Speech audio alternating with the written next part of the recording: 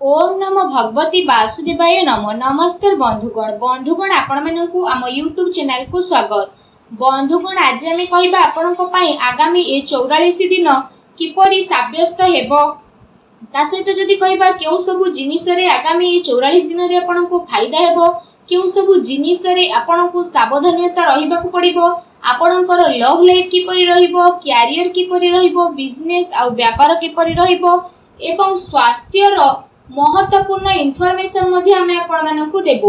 आउ ए वीडियो शेष रे आमे आपण मानकु किछि उपाय विषय रे मध्ये कहिबो जहा द्वारा आपण आगामी 44 दिन को आहुरी अधिक शुभ और मंगलदायक साब्यस्त करि पारिबे।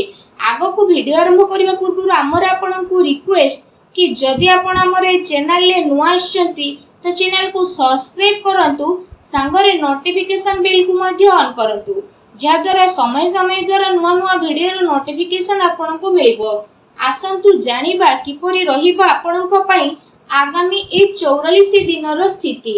जदि विशेष भाबरे आमे आपनकु कहिबु कोन आपनक पई ए सब दिन रे विशेष भाबरे पॉजिटिव रहबे पई जाउछि।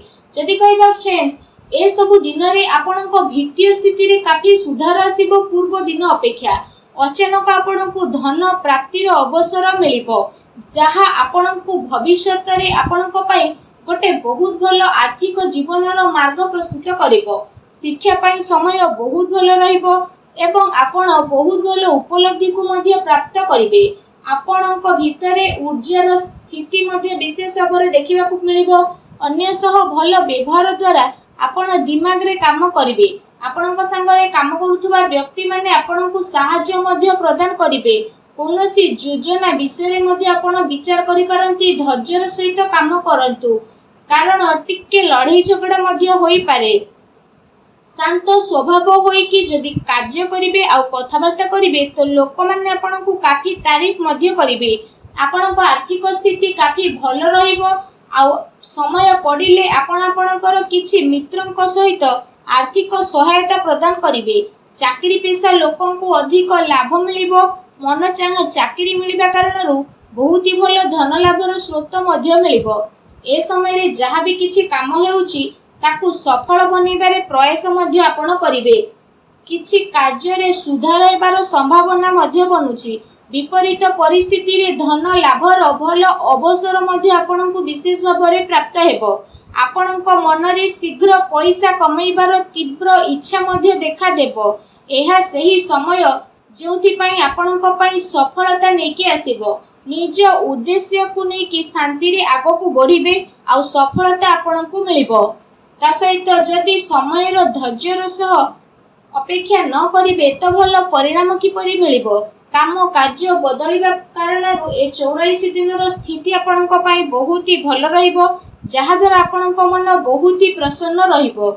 आसंतु जानिबे ए समय रे आपनक पई विशेष भाबरे कोन नेगेटिव रहिबो। आपनक भाई भौणीकर सहयोगिता प्राप्त हेबो आ समाज रे आपनक परिवार रो मान सम्मान बढ़िबो।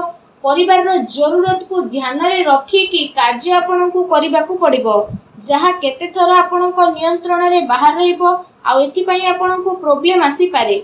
एहा सहित कोनोसी खास सौदा बा बड़ फैसला थारु बंचे कि रुहंतु कारण जदि किछि फैसला न नेउछंती तो परे असुविधा आसी पारे। केउठे ना केउठे जदि कहिबा परिस्थिति रे रोकावट आसी पारे। जोश रे आसी कि काहाको भी बिना मांगी कोनोसी उपदेश दियंतु नाही। कठिन परिस्थिति द्वारा सब कार्य आपनकर पूर्ण हेबो किंतु अनावश्यक खर्च हेबा कारणरो आर्थिक स्थिति प्रतिकूल होई थाए। लेन देन रे सावधानता रखंतु। पारिवारिक माहौल मध्ये बहुत ही भलो रहिबो किंतु फ्रेंड्स को सह टिके मनांतर मतांतर होई पारे। संवेदनशील मामला रे सावधान रे चलिबार आवश्यकता रहिछि। संसाधन रे खर्च हेबा द्वारा मानसिक अशांति तथा चिंतापूर्ण स्थिति मध्ये आसी पारे। आत्मविश्वास रो अभाव रे करा जायतिबा कार्य रे रोकावट तथा बाधा मध्ये आसी पारे। व्यवसायिक दृष्टि रो समय आपनक पई सामान्य मध्ये रहिबो। निजर कार्य योजना को विस्तार देबा आपनक प्रॉब्लम रो कारण मध्ये होई पारे। चिंता एवं मतभेद आपनकु चिड़चिड़ा मध्ये बनाई पारे। आपण आपणकर परिचितंक ऊपर निजर फैसला थुकिबा पई चेष्टा करिवे। एहा द्वारा आपणकु ही नुकसान मिलिबो। सुना जाइतिबा कथा रे आखि बंद करी विश्वास करंतु नाही। सच्चाई को प्रथमे जानिबा पई चेष्टा करंतु, बाणी रे नियंत्रण रखंतु, अन्यथा कଳି झगड़ा हेबार संभावना रहिछि, सावधान रहंतु। आसंतु जानिबा ए समय आपणकर लव लाइफ किपरि रहइबो। कोनोसी प्रकारर यात्रा बा शॉपिंग आदि को नै कथा होई पारे। एमितिरे आपणको मधुर संबंध बनै रखिबा प्रयासर आवश्यकता रहिछि। आपणक प्रयास द्वारा स्थिति अनुकूल मध्य रहिबो। आपण आपणकर संपर्क को नुआ रचनात्मक रे नेबे आउ ताकू मजबूत मध्य करिवे। एहा द्वारा आपण जणे आउ जनक प्रति अत्यधिक आकर्षण अनुभव करिवे, किंतु ध्यान रखंतु मर्यादित आचरण करिबा ही सर्वथा उचित रहिबो। ता सहित आपणको आपणको प्रियतम को यह अनुभव करबा को पड़िबो कि वास्तव रे ए संपर्क आपणको पई बहुत ही महत्वपूर्ण। ता सहित यह आपणको पई सब किछि रहिबो। ए दिन आपणको प्रेम जीवन पई बहुत ही भल दिन साब्यस्त हेबो। ए दिन रे आपणको अवश्य ही लाभ उठेबार रहिछि। आसंतु जानिबे ए दिन रे आपणको व्यवसाय कैरियर किपरि रहिबो। व्यापार धंदा आपणकर भल चलिबो। कार्य क्षेत्र रे सफलता मध्य मिलिबो। कार्यभार तो अधिकता रहिबो, जहा द्वारा परिश्रम आपणको अधिक करबाको पड़िबो। आ पूरा दिन आपणकर दौड़ा दौड़ी रे कटिबो। काम कार्य सिलसिला रे कोनोसी छोट यात्रा रे मध्य जीवाको पड़ी पारे, जहा आगो जे आपणक पई काफी लाभदायक हेबो। एहास आपणको धन प्राप्ति रे मध्य अनेक अवसर प्राप्त हेबो, जहा द्वारा आपणक मन मध्य बहुत ही प्रसन्न रहिबो। मेडिकल सह जड़ित छात्रंक पई मध्य ए समय बहुत ही भल रहिबो। चाकरी करुथुवा व्यक्ति विशेषंक पई ए दिन बहुत ही मिलाजुला रहिबो।